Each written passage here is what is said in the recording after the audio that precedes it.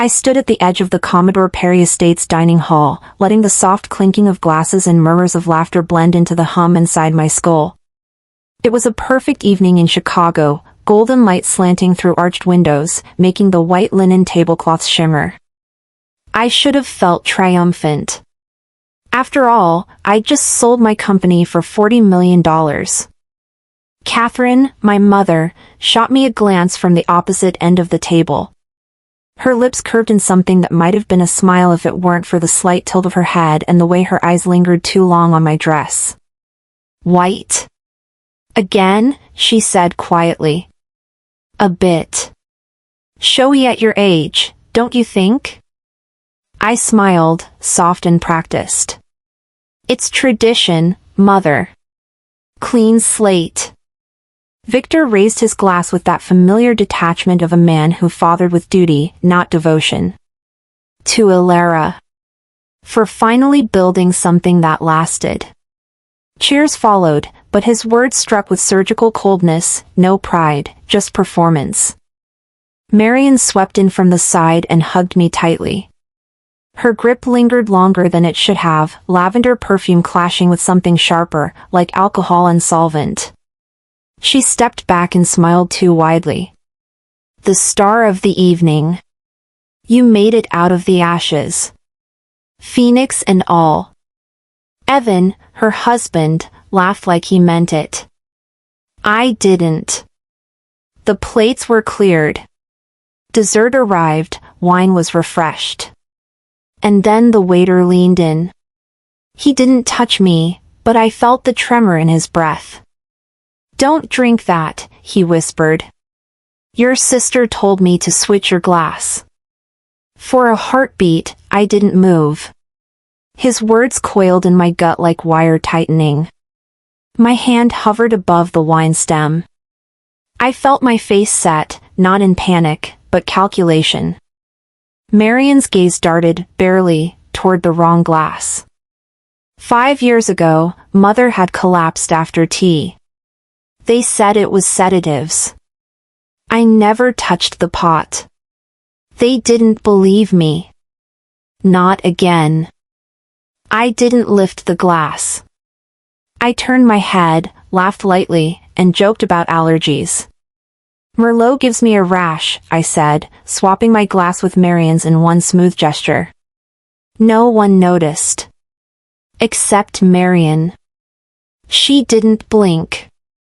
She smiled and toasted again. To sisters who always know each other best. Her fingers trembled as they touched the stem. She drank. 2 sips. Then another. Within minutes, her gaze slowed. Her lashes fluttered. She pressed her fingers to her forehead. Is it hot in here? She murmured. Evan frowned, leaned in. You okay? I think I need to lie down. She stood and stumbled. Catherine was on her feet instantly. Marian? Victor's voice boomed, demanding someone call an ambulance. I remained seated. My hands were folded in my lap. Marian collapsed before reaching the hallway. The linen hem of her dress splayed out like a flower at bloom. Leo, the waiter, stood rigid. I looked at him. I nodded once. No one else saw. Inside, my mind was a storm I held at bay. I catalogued every breath, every glance. I pocketed my napkin, its fibers still holding the imprint from the original wineglass. My phone buzzed. Noah, all quiet. I'm watching. Silas Kane, my lawyer, was in the car outside, engine running. Documents ready. A backup strategy downloaded and air-gapped. If this was war, I had chosen my battleground. I stood slowly, watched them huddle around Marian. EMTs arrived, young, quick, precise. Catherine turned to me, face pale, hands shaking. What did you do? She asked. I looked at her calmly. Wrong question, Mother. As the EMTs wheeled Marion past me, I felt the first drop of something colder than revenge, resolution. And the truth was, the wine wasn't the only thing that had been tampered with. Have you ever felt like the only way to survive was to say nothing, but prepare everything?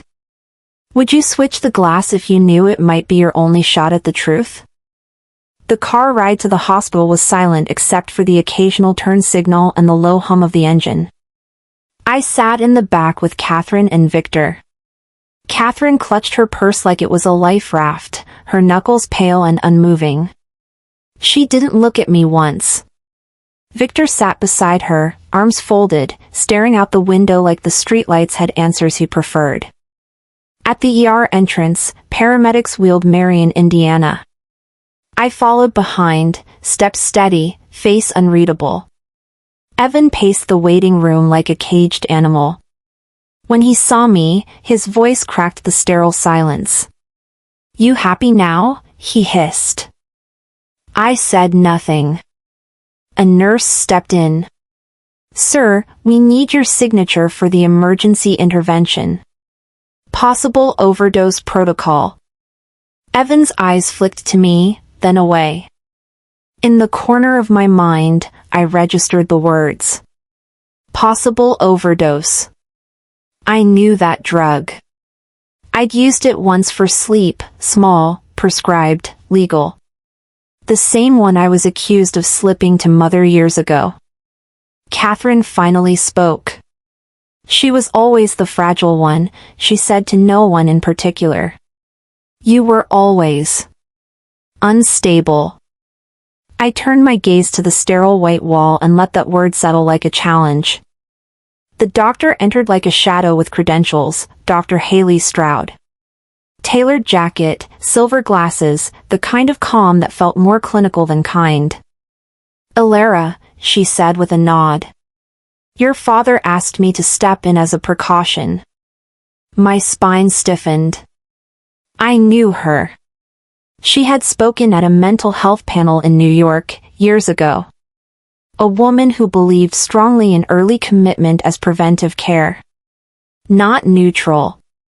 Never neutral. I looked at Victor. How did she get here this fast? He didn't answer. Dr. Stroud's smile was professional, not warm. "We'd like to speak privately. Just a routine check. With your history, it's important to ensure you're coping." I narrowed my eyes. "I'm not speaking without counsel." Catherine let out a gasp like I'd slapped someone. Evan chuckled bitterly. "Who brings a lawyer to dinner?" The answer was, someone who's survived you before. By morning, I wasn't surprised. My face greeted me on a screen. A local tabloid banner read, "Tech heiress sparks family crisis at $40 million celebration." Subhead, sources suggest mental instability, possible substance involvement.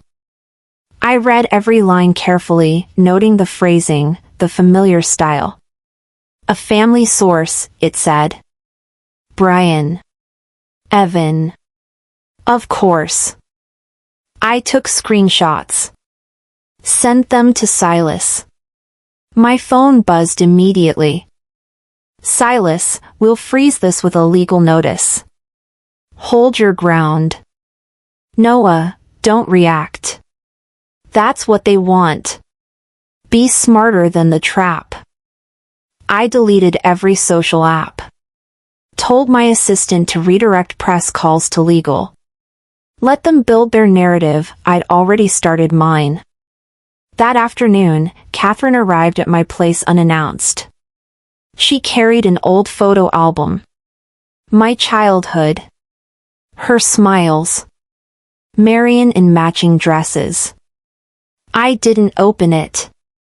She placed it down like a peace offering. "She's always felt unseen next to you." I met her gaze. "Is that why you let her poison me?" She didn't answer. She teared up instead. You twist everything into war. I stood by the window. Because I'm tired of bleeding in battles you won't admit are happening. She moved to touch my arm, then stopped. You need help, Ilara. If you don't get it, they'll take everything. They already tried. When she left, a letter waited in my inbox. Certified. Legal. Family petitioned evaluation request. Concerns over emotional instability and potential danger to self or others.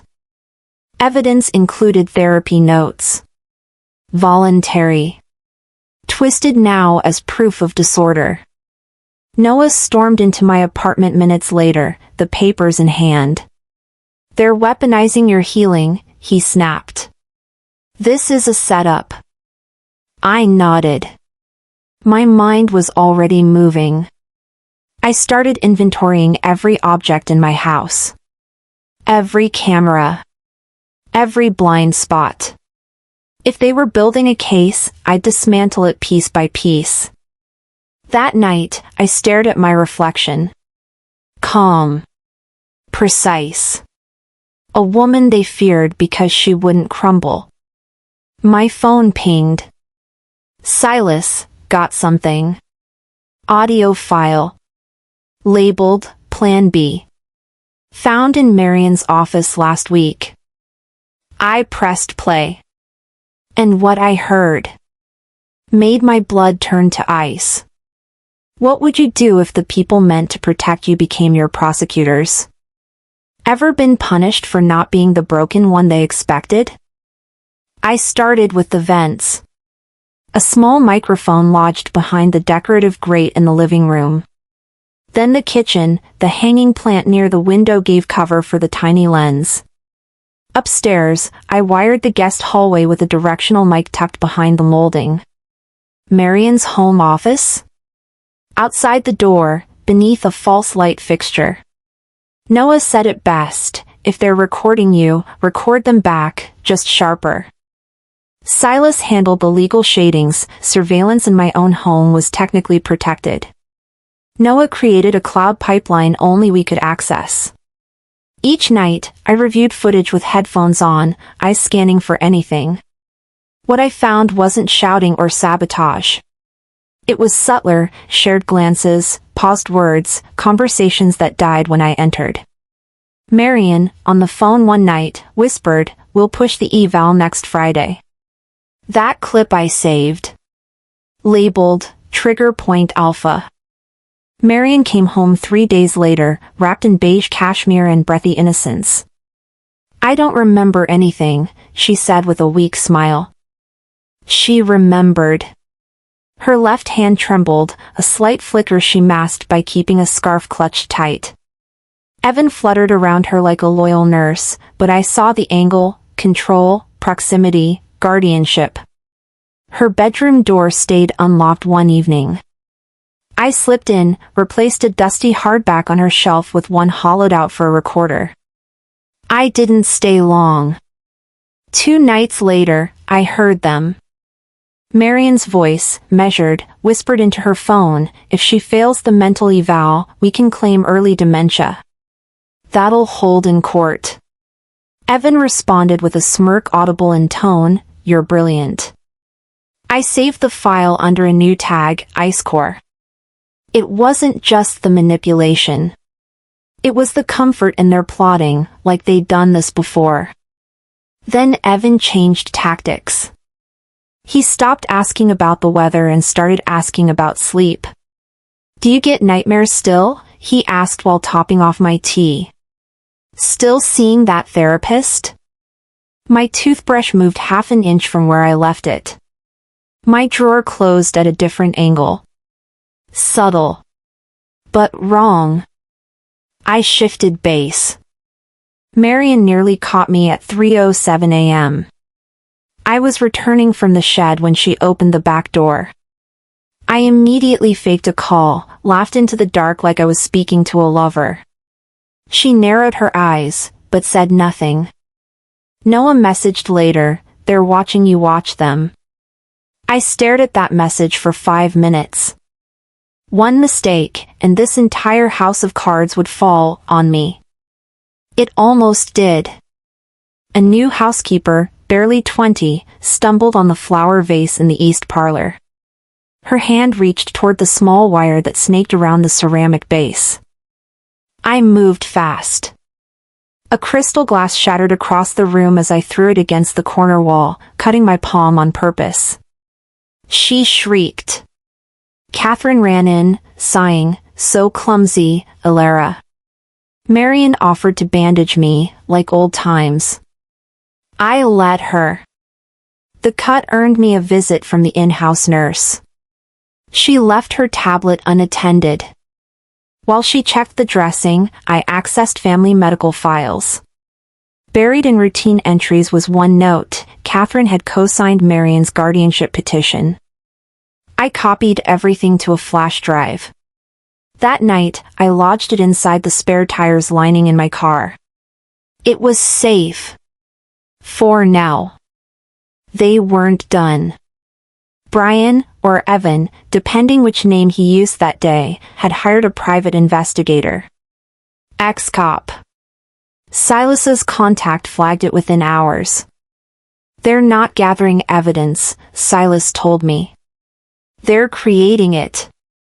I revised my entire routine. Woke at different hours. Changed passwords. Avoided patterns. Riley helped me install GPS overlays across my security backups. Every step, every conversation, logged twice. Timestamps. Cross-referenced. Unshakable. Then we planted bait. Riley generated a corrupted therapy file. Title: session_12_eq.wave. Inside, nothing. But its metadata held a unique trace code. We dropped it in Marion's shared drive via a false sync link. If they used it, I'd know. I looked in the mirror that night and saw not a victim, but a strategist. They wanted a patient. I'd give them a prosecutor. At 2:14 a.m., I reviewed new footage. The kitchen. Dim light. Camera angle tight on the counter. Evan, she'll crack before the month's out. Marion, and if not, we'll just say she did. That night, I made sure they were no longer the only ones recording. How far would you go to prove you're sane to people invested in proving you're not? Ever had to pretend you were losing your mind, just to keep it? Silas Kane's office sat above Michigan Avenue, all glass and granite and quiet power. The kind of place where deals weren't negotiated, they were declared. I stood by the window as he laid out the blueprint of my next line of defense, the irrevocable trust. "All assets move here," he said, sliding a thick folder across the polished desk. "An independent trustee, full autonomy, airtight clauses. You can't revoke it, and they can't touch it." I traced a finger along the ink of my name. $40 million worth of boundaries, finally mine. "This isn't revenge," I said softly. "This is my boundary." Silas nodded once. "Then let's build it strong enough they'll break before it does." Across town, the notice hit their inboxes. Marion first, then Victor, then Catherine. Evan would have read it over her shoulder. I could almost hear the silence in their dining room when they realized everything they'd schemed for was now locked away behind my signature. Have you ever calculated the cost of being trusted by no one, except yourself? That night, a black SUV rolled backward into the estate driveway. The headlights stayed off. Through my monitor feed, I saw a figure step out, tall, heavy build, baseball cap low. I sent a quick text to Noah, "They're back." He replied within seconds, "Keep recording. Don't open the door." The doorbell rang once. Then again. A man's voice called out, "Ms. Quinn? Just need a signature." Silas later logged it as a documented threat. The camera's timestamp would hold up in any hearing. Marion appeared the next morning all smiles and perfume, pretending nothing had happened. But my hidden mic caught her whispering to Catherine in the hall, "If she signs tonight, the house is ours." They still didn't understand. The strong hold the locks, but I held the keys. When your sanctuary becomes the battleground, do you fight or reinforce your walls? 2 days later, I met Silas again. We sat in his conference room, cold light reflecting off mirrored panels. I laid out my collection, the recorded whisper, the SUV footage, the trust file. He leaned back, studying the clips. "Once this goes public, there's no going back for them," he said. I watched the screen, Marion's face caught mid-lie, Catherine's silence frozen behind her glass of wine. I'd memorized those expressions since childhood.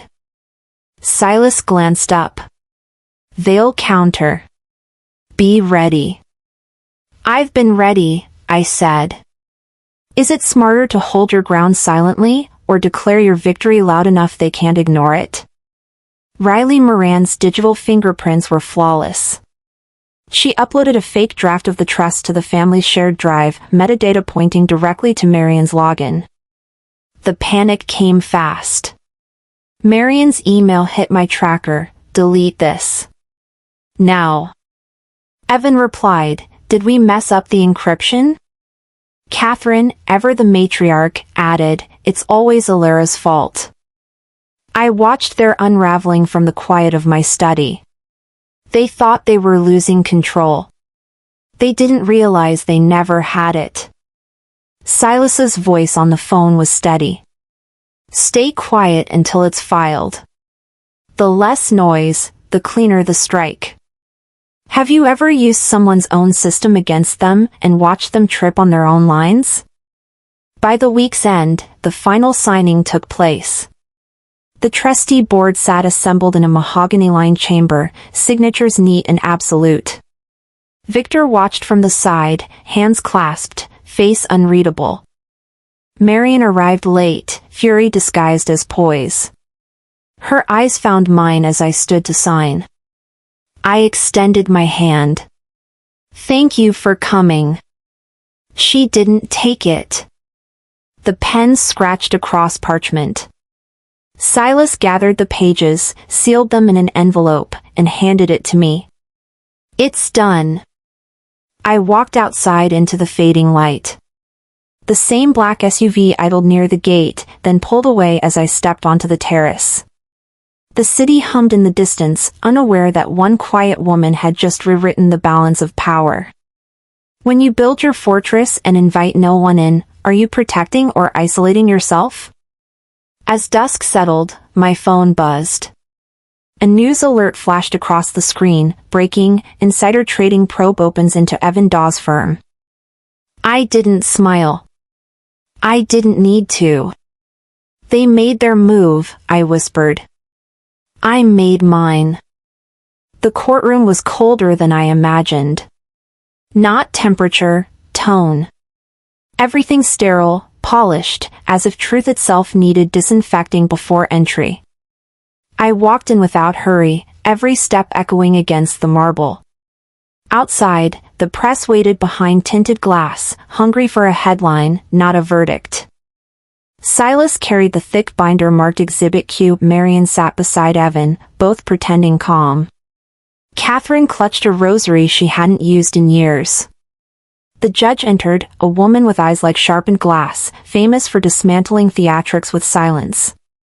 When the clerk read the case title, Alara Quinn vs. Marion Quinn Dawes and Evan Dawes, Defamation and Intent to Defraud, I felt something loosen inside me. The same name that once felt like a weight now sounded like armor. I sat, palms flat on the table. It's strange, I thought, how truth looks smaller under fluorescent lights. Have you ever had to fight for your sanity under oath? Silas stood first. Your Honor, he began, pressing play on the monitor. The room filled with Marion's voice. Once she's in the mental hospital, we'll get everything signed over. The silence that followed was sharp enough to cut. Marion shot up, stammering, "That's a deep fake. You can't, this is edited." The judge didn't blink. "Sit down, Mrs. Dawes." Alara watched her sister's hands tremble. Catherine's expression cracked, the slow, dawning horror of a mother realizing which child she raised wrong. Evan leaned close to Marion, whispering something between his teeth. The courtroom microphone caught it. "We should have erased that drive." The collective gasp was almost theatrical. I didn't flinch. They don't need to hear me scream, I thought, to know I'm right. Evan's lawyer scrambled for control, pivoting to the next attack. They presented therapy notes, supposedly from my old sessions, pages describing paranoia, instability, obsession. My handwriting, but my words? Fabricated. Silas took one look and smiled, a quiet, knowing smile. "Let's talk metadata," he said. He called Riley to the stand. Her composure was effortless. "These files were uploaded from Marion's account at 11:03 p.m. 4 weeks ago," she said, projecting the timestamps on the court screen. "Not from Alara's device. And the version history shows manual text insertion, cut and paste from a pre-written script." Marion's attorney paled. "Your Honor, I can't represent a client engaging in deliberate falsification." He withdrew mid-hearing. Evan lost control. "You think she's innocent?" he shouted, pointing at me. "She's orchestrated this whole damn show." The judge's gavel cracked through the noise. "Mr. Dawes, another outburst and you'll be escorted out." He sat, red-faced, muttering under his breath. Ever watched a liar destroy themselves with their own words? When it was my turn, I stood. "Your Honor, I have a document I'd like to read into record." It was a letter, Evan's apology, handwritten weeks ago. He'd slipped it to me after the trust signing. Regret, fear, a promise to change. But when the prosecution submitted their own version, the tone was different, colder, self-protective. "Please compare the two," I said, laying both side by side. The judge examined them. "Identical structure," she murmured. "But signatures, these don't match." The courtroom froze. Catherine's hands flew to her mouth. Marion looked away. Evan's jaw locked, but his eyes betrayed panic. "I didn't win because I was clever," I said softly. "I won because they believed I was weak." The judge's ruling came down like a final heartbeat. Testimonies void. Perjury forwarded to the state attorney. Marion collapsed into her chair, silent sobs shaking her frame. Evan just stared, at me, at nothing, at the ruin he'd built. I exhaled for the first time in months. Judgment, full victory to Alara Quinn. The trust intact, the damages awarded, the restraining orders immediate. Reporters swarmed as I left the courthouse, microphones outstretched like bayonets. I kept walking. Head high, heels steady against the stone. Silas caught up beside me. "Justice doesn't heal," he said quietly, "but it steadies the ground." "Steady is enough," I replied. "Would you rather have peace or be proven right, if you had to choose only one?" That evening, home felt heavier than it should have. The air quiet, the house too still. At the door, a small package waited. No return label, no note. Just a silver flash drive resting in a black envelope. The label read, "Final Recordings, Marion." I turned it over once, twice. My thumb hovered above the delete key. But curiosity is a hard habit to kill. The ocean here is louder than in Chicago. It doesn't whisper, it roars, constant, cleansing, like a creature that refuses to sleep. My house sits a few hundred feet from the shoreline, small and bare. No family photos. No framed diplomas. Just quiet. I wake before dawn and walk the sand alone.